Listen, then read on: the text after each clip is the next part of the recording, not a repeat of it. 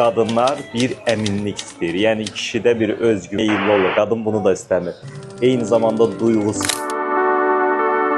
Qadınların nə istədiyi mövzusunda elim çarəsiz qalıbdır. Amma bir çox cütlük və qadınları terapiya edən bir insan olaraq mən öz müşahidələrimdən sizə bunları qəti bir şəkildə deyə bilərəm. Qadınlar bir əminlik istəyir. Yəni kişidə bir özgüvən, əminlik, davranışlarından əminlik. Daha güclü bir fiqur istəyirlər. Yəni sığınmaq üçün daha güclü fiqur istəyirlər. Bəzən qadınların ikili istəkləri var.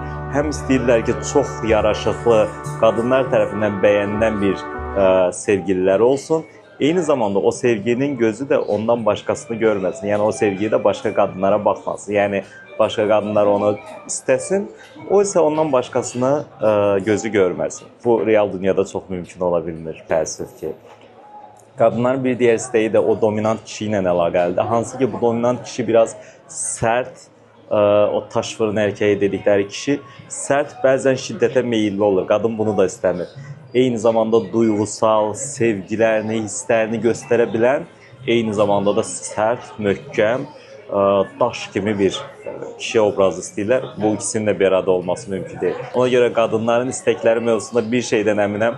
O da kişinin özündən əminliyidir. Qarşı tərəfin düşüncələrini yox, öz düşüncələrini ön plana qoyan və öz güvəni yerində olan, yəni uşaqlıqdan gələn travmaları az olan kişiləri daha çox sevirlər.